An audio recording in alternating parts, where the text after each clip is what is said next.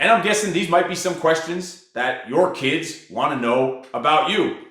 So let's hear it. Who's got the first question for me? Me! Who's leading this interview here? You got the first one? Oh shit. So, I personally created this one myself. What motivated you not to be like your father? I know that you said when you were growing up, you didn't want to be like your father. So let me break it all down for you. I ain't never giving up, I ain't never giving up. I'm taking that crown from you. I ain't worried about you, I ain't never. So let me break it all down for you. I ain't never giving up, I ain't never giving up. I'm taking that crown from you. I ain't worried about. Welcome to Breaking the Cycle Podcast, episode number 1. On today's episode, we're going to be talking about 17 things your kids are dying to know about you. Today, me and my sister, the Midge, are going to be interviewing our father, the Freak, and we are going to be putting him in the hot seat, and we're going to be asking him questions, and he's going to give us answers. I have to tell you, not many things make me nervous or make me scared. I'm a little worried about this interview. Because I have no clue what the questions are coming up with. So why don't you tell them about what Breaking the Cycle is all about, Mitch? Well, Breaking the Cycle is a live show on how to be a positive role model and lead your freak family by breaking the cycle and changing the trajectory of your family tree so that you become the type of man your son would want to become and the type of man your daughter would one day want to marry. That was a mouthful. Mouthful! Slow that down a little bit there, Mumbler. I have this pencil because we're now reporters. You're interviewing reporters? Mr. Freak Steve Eckert.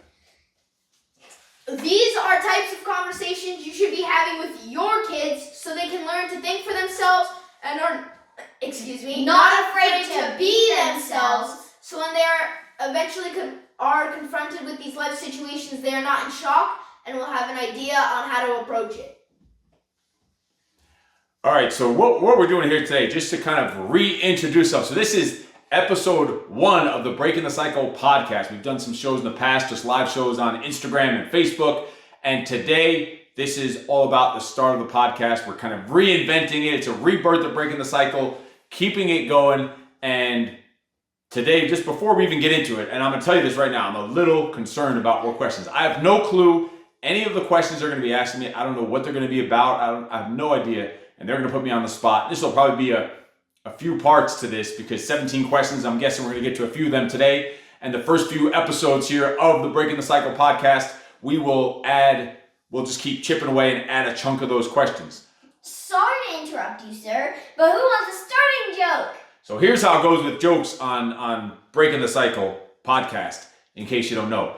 They come up with some cheesy ass freaking jokes.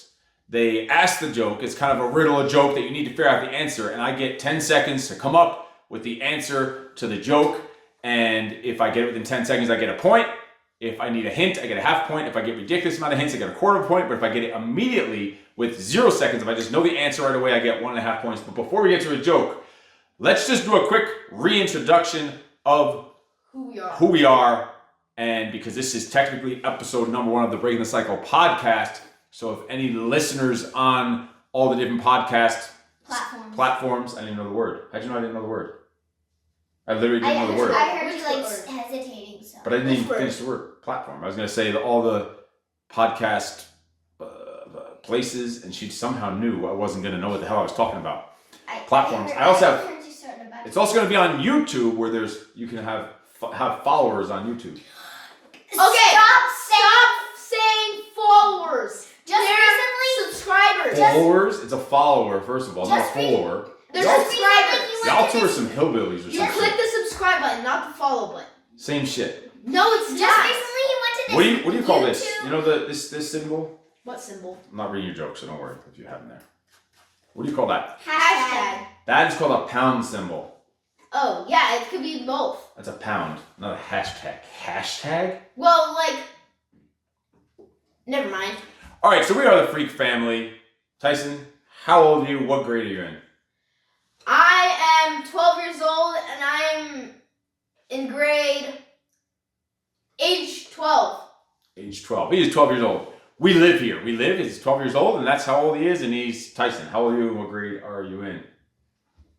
I am 9 years old. You're 9 years old already? Holy shit, you learn something new every day. I am in grade 9 years old. Grade 9. Because we do home lifing. If you didn't know, we don't do homeschooling, we do home lifing. Why is this I not want to showing say up something as about a the live follower video? subscriber thingy for YouTube. Just recently, he went to this YouTube seminar thingy, and they were literally teaching him stuff on YouTube, and he came out still saying follower. I know. Like, I told him he needs to go back there. Who calls them followers?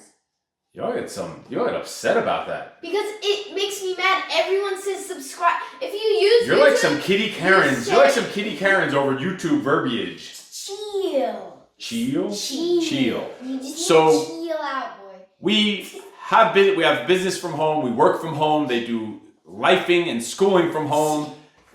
We are into training. We train every day. We play with guns and we read books and we have some freaking fun.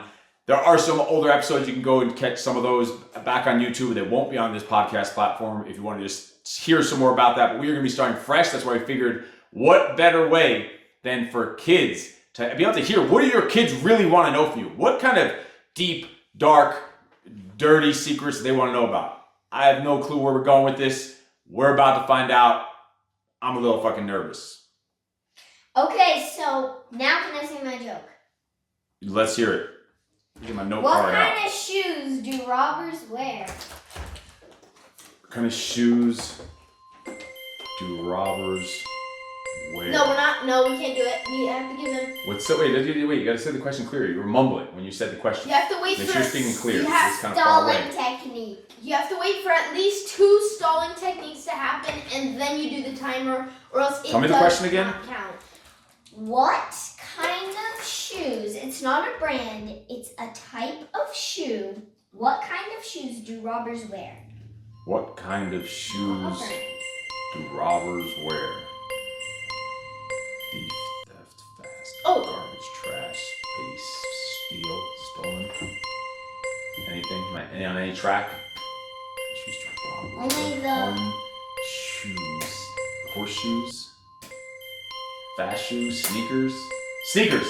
Yep. Because they sneak. Oh, I got it. So I get a point. Yep. That's You have 1 2 for 1. seconds left. That's 1 for 1. That's Hey, someone answered sneakers. Someone said running. Someone said sneakers. All right, so here we go. That's a point for me. 1 out of 1. I have my new score sheet, so I could finally write it down.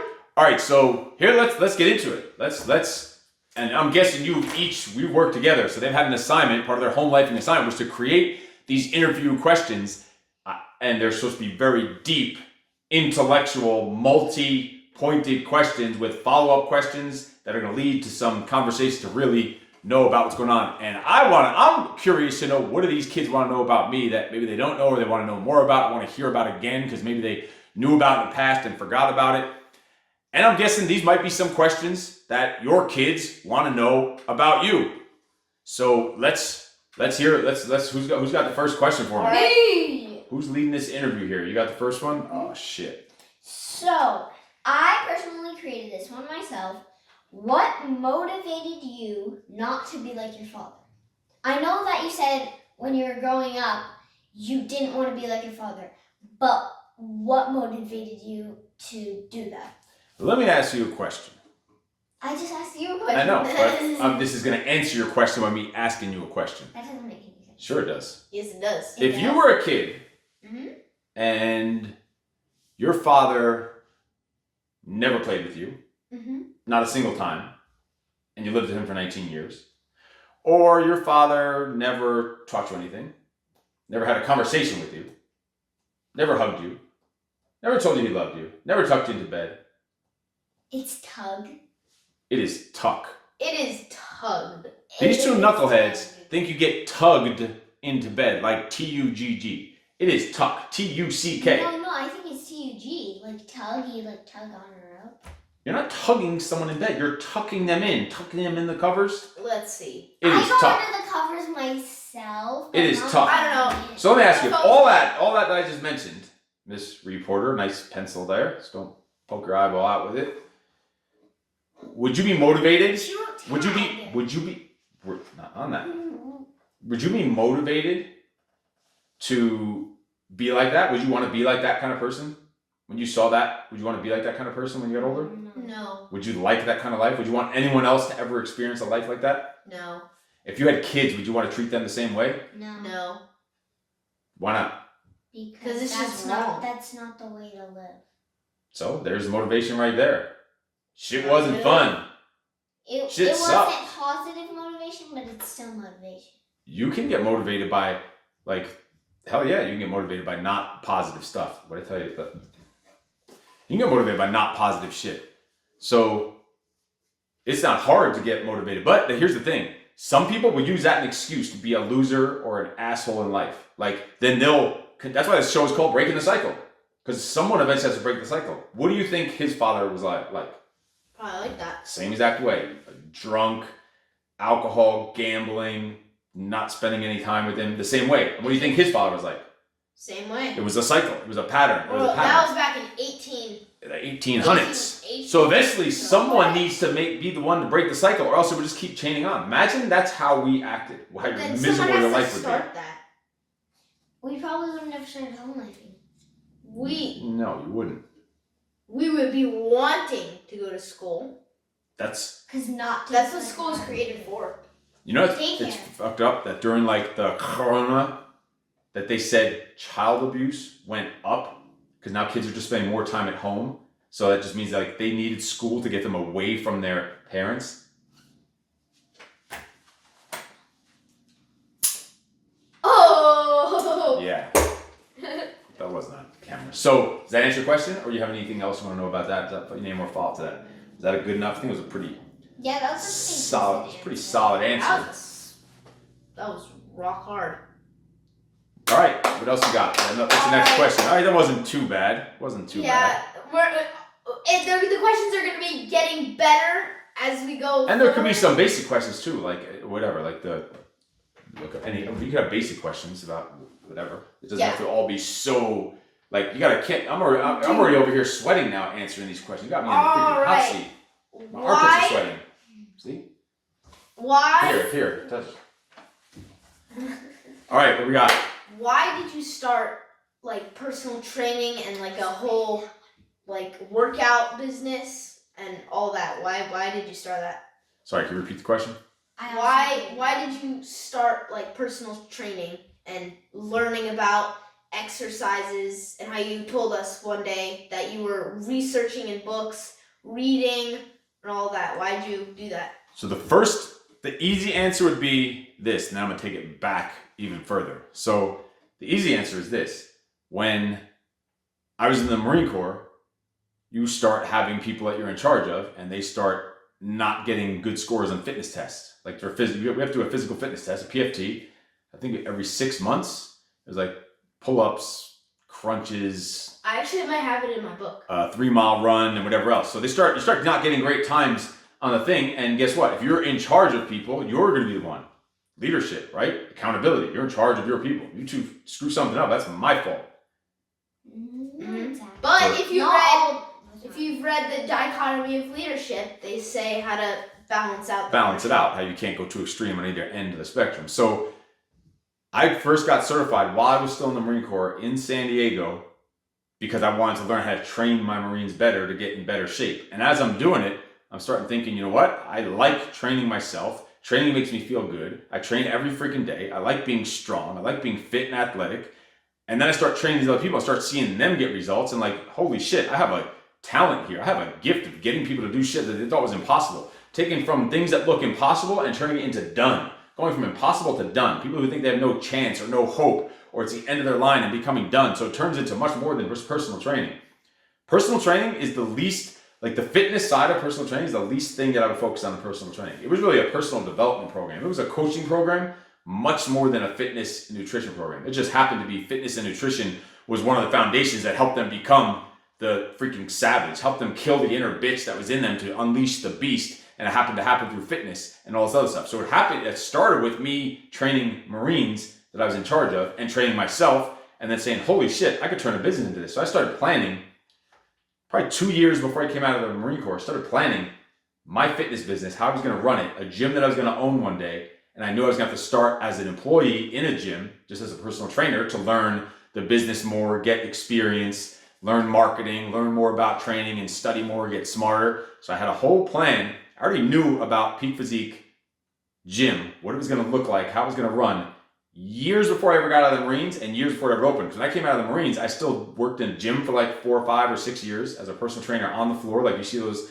guys walking around Like- UFC gym. Like DJ Reed. Snitches end up in ditches, man. Yes. Like the trainers you see walking around the gym. And so then I then left there and started doing in-home training on my own. Said, oh, you know what? I could take this to the next level. I could start my own thing and work for myself and be an entrepreneur. I was always needed to be a little more free and wanted to obviously make more money, but also can do things my way, not the way someone else wants to do it. So I started doing in-home training. And then me and the Russian opened up the actual location, Peak Physique, personal training, boot camp, and boxing. But the fitness side was the least part. It was really like so much deeper level of coaching than that.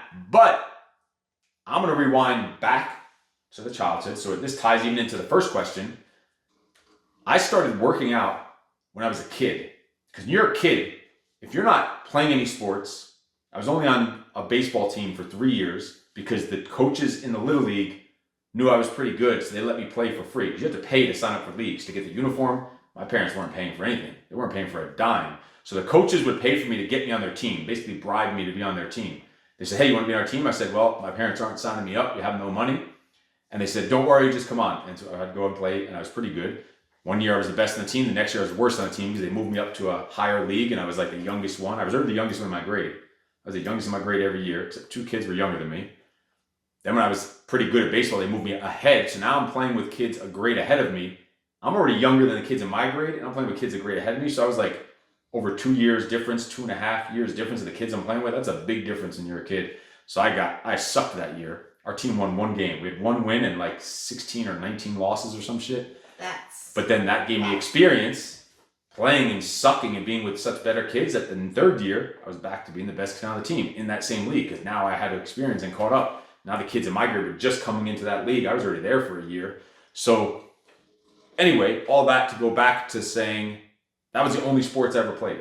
The only activity I ever played other than throwing a tennis ball on the side of my house. The side of our house in Suffolk, New York was my best friend. It was the only friend I had. I never even asked you which side. The main side, right there where the door is. There's a little cement part on the bottom where the windows are. That's I'd what bounce I was it. picturing. I'd bounce it off that part at different angles, and sometimes it'd go over. There used to be a fence behind it. If it went over, I'd try and dive and catch it, like save it from being a home run. Or if it went over, it was a home run. So I'd pitch it against air for hours and hours. But I had no activity. I didn't know how to work out. You guys train every day for years since you were born. If I did that, I don't know where I'd probably be. But it's not the way it was meant to be. It's meant to be exactly how it happened. But I needed to get some of that aggression out. You're especially a boy. Look at every day. What do you say every night before we go to sleep?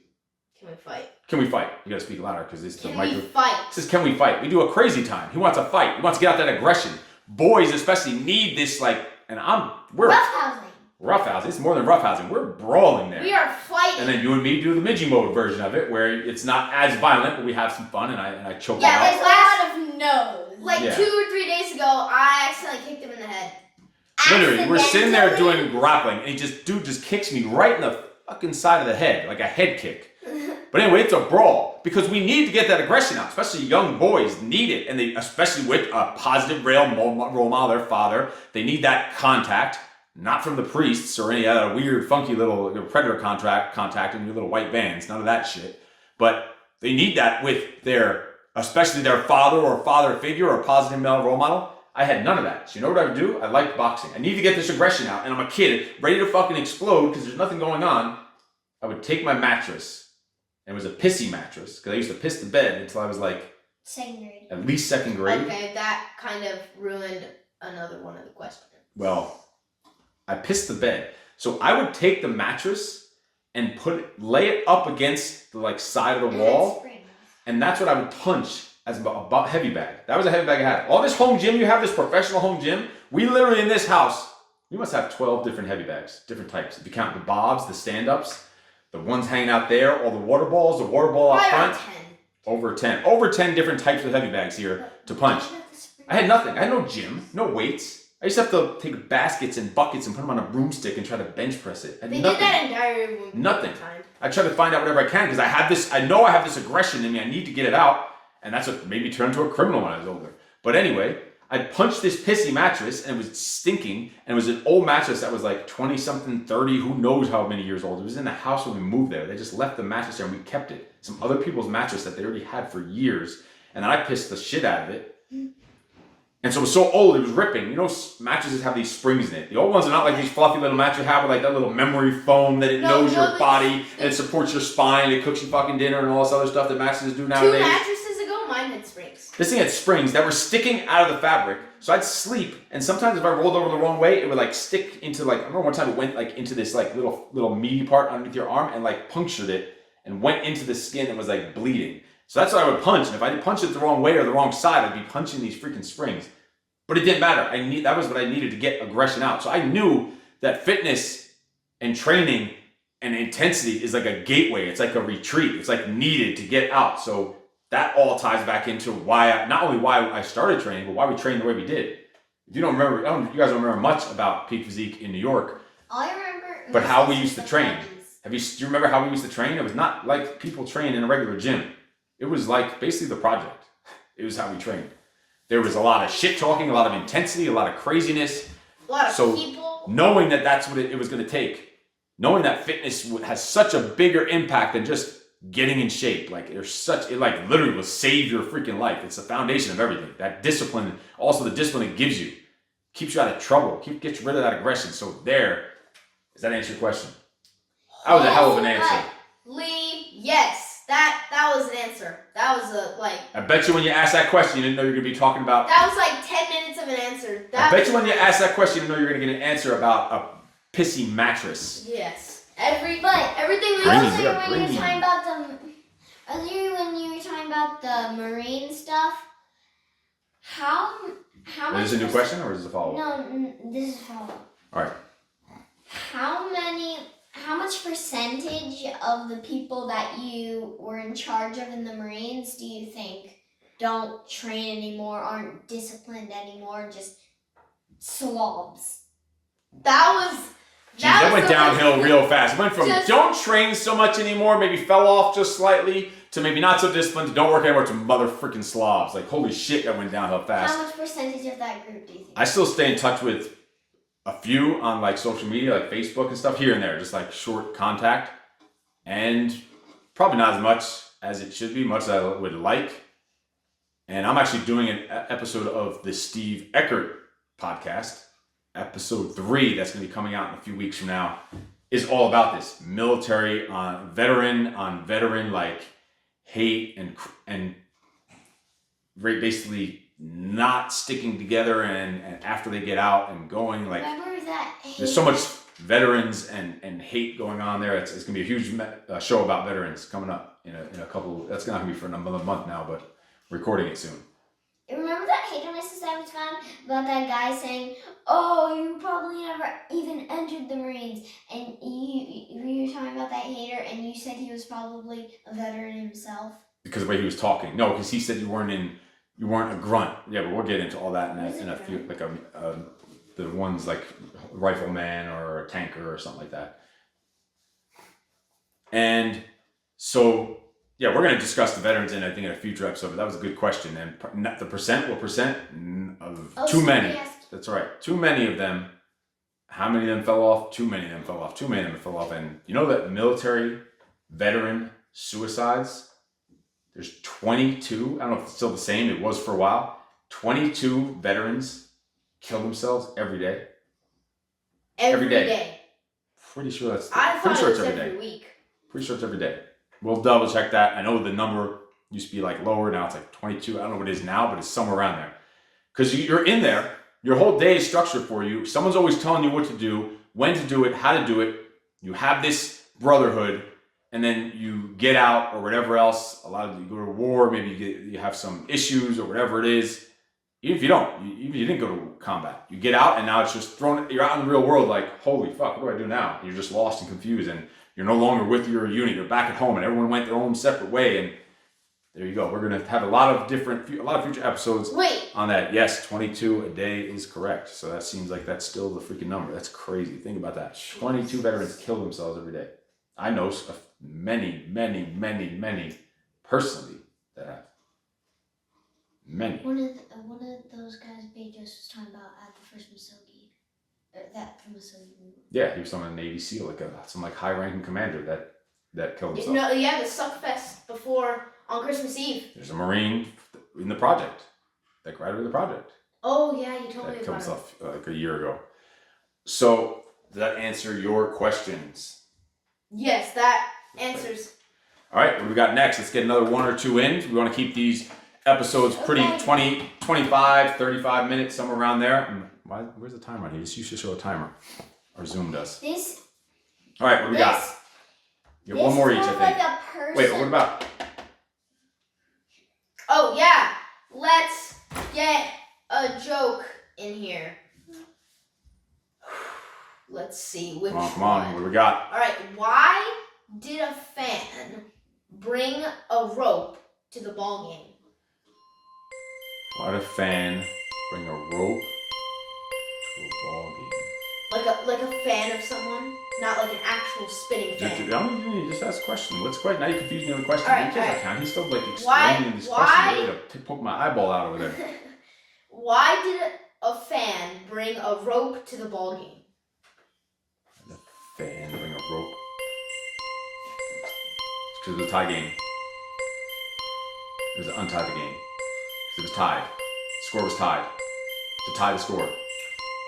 That's all the same. I got that immediately. I know, but That's 1.5. Bullshit. I got that immediately just because one word was off. fine. So I got 2.5 points out of 2. I'm on a roll today. All right, next question. This is Next. more like And just to be clear, this Question. was called 17 things your kids are dying to know about you. So this is going to be spread over several episodes because if we did all 17, we'd be here for like Maybe 5 not hours 7. because I have some very long-winded answers talking about pissy mattresses and shit like that. So, all right, question number 3. Who's up? You?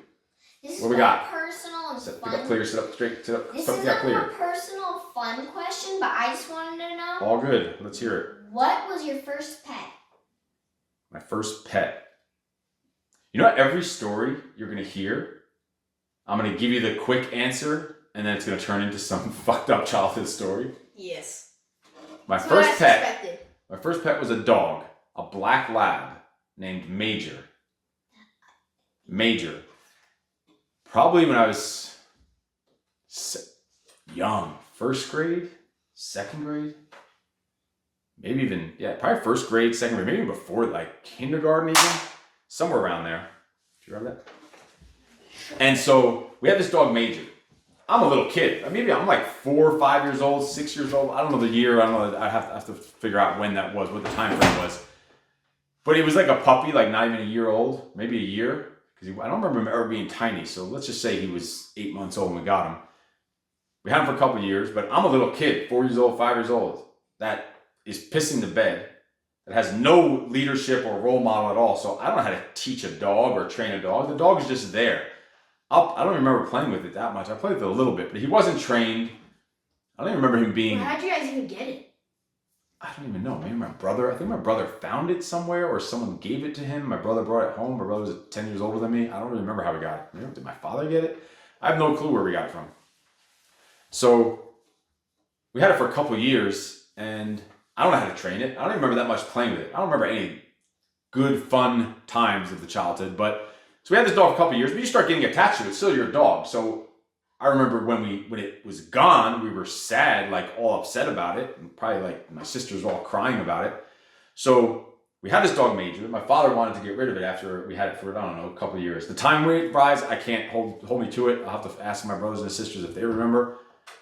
Probably 3 years, 4 years you have a dog. So you're going to get attached to a dog. Even if you're a little kid and you don't even train it. If the dog was not trained, he would chew stuff up. But look, our dogs chew shit up still.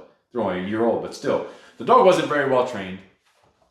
But my father didn't want to probably have to buy dog food for it, take it to the vet, because even though there's 6 kids, what do we really do? I don't know. We really didn't walk him. We would walk. Me and my older sisters would walk him sometimes. I don't know. So my father didn't want him anymore. So he kept trying to get rid of him. And we never did because he's our dog. He's the family dog. Dogs are part of the family. Shit, I have a tattoo of a dog on my hand. I like dogs better than I like most freaking humans. Most. Most and all is very different. And hearing more than most humans and automatically assume that it's you. That's not the attitude that we have around here. So one day, my father worked. We lived in Rockland County, like 45 minutes in the suburbs, like north of New York City. So New York City's here. Rockland County's like up here somewhere, 45 minutes away. My father worked in the Bronx, which is right near New York City, somewhere around there. Or he worked in Manhattan, but he'd have to go through the Bronx or something. So he one day decided to take Major to work with him just for fun because he wanted to bond with the dog because he's just such a really loved spending time with the dog. He wanted to take the dog with him to work, and he gets home without the dog, and we're like, "Where's the dog?" We were in school. We got home from school. The dog's gone. Father gets home from work, drunk, late that night probably. Says the dog's gone. Like, what happened? He's like, "Oh, I was at a stoplight coming home from work, and he jumped out the window, and I tried to chase him, but I was in traffic, and I couldn't leave the car, and he ran off." That's what he said. The dog ran away at a stop sign. Conveniently ran away at a stop sign. And then like a week later or sometime later, not too long later, I don't know how long, week, 2 weeks, we're visiting my grandmother who lives in Yonkers, which is Westchester, which some ways you get there, you're right near the Bronx. That's when he said the dog ran away. We're all in the car, 6 of us in the station wagon. Back then, by the way, there's no car seats. I'm in the back of a station wagon, just bouncing around, looking out the back of a window, sitting on a flat platform, not even in a seat. Just so you know, the back of a station wagon, a flat board. Yeah. Just sitting there. 2 or 3 of us would be back there. Driving around the highways. No seatbelts, no car seats. We're at a stop sign, like somewhere near the Yonkers or Bronx or something, and we see a loose dog, a black dog, running around the streets. And we're like, I think that's Major. We see a dog over there, just a loose, wild, stray dog. And the Bronx probably has a lot of stray dogs, but whatever. I don't know if it was him or not.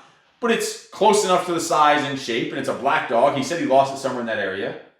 And we're like, we think that's him. And my father's like, no, that's not him. And he takes off and drives away. No, I could tell that's not him. I know what he looks like. That wasn't him. And he drives away.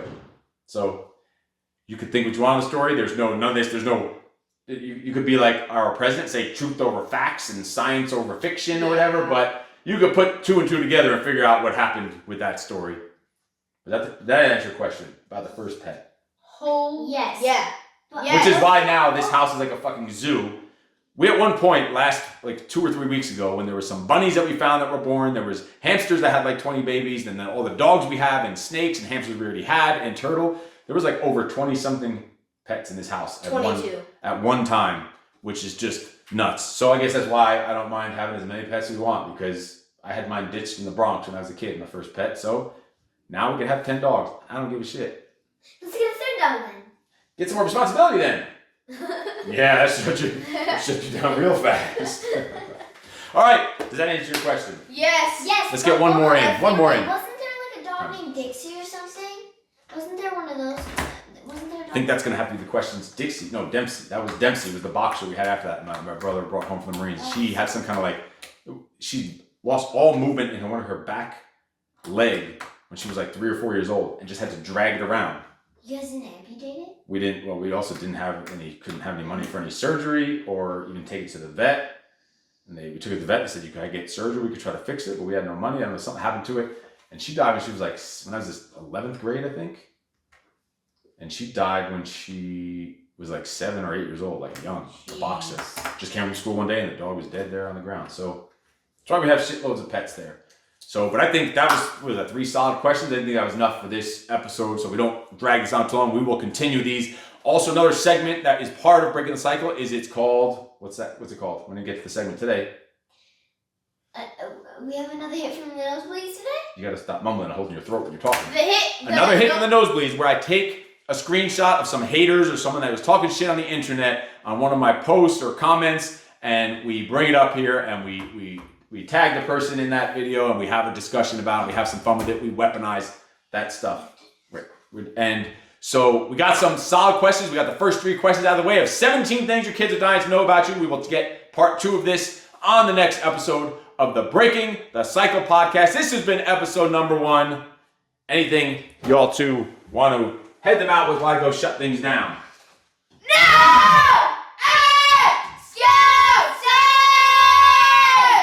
By the way, in case you're wondering, they said no excuses. You couldn't even tell it. They are very, very normal children. I can't imagine where they get it from. But anyway, we need to roll. In case no one told you yet today, you are freaking awesome. You are freaking awesome. Make sure to subscribe to the channel or follow the channel. Shit, I said subscribe actually. You two actually got it through to me. No, next that subscribe button, obliterate the notification bell, and annihilate that like button. This is just sick. So This you is never just miss sick. out on any video. So make sure you follow, share this video with someone who needs to know about it, with whoever that might have some kids that needs to have these type of discussions with your kids, or that your kids can watch stuff. Just maybe we want to bleep out some of the words because we have an issue with that. Anyway, in case no one told you yet today, you are freaking awesome. You are freaking awesome. No excuses. We will see you next time on Breaking the Cycle. So let me break it all down for you. I ain't never giving up, I ain't never giving up. Taking that crown from you. I ain't worried about you, I ain't never. So let me break it all down for you. I ain't never giving up, I ain't never giving up. I'm taking that crown from you. I ain't worried